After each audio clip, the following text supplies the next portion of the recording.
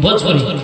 চান্দা বলে তারা বলে বলে মনমামো নবীজি আইলেন ভোরে ভোর। জোরে বলে, এটুকু বুঝতে পারছেন তো?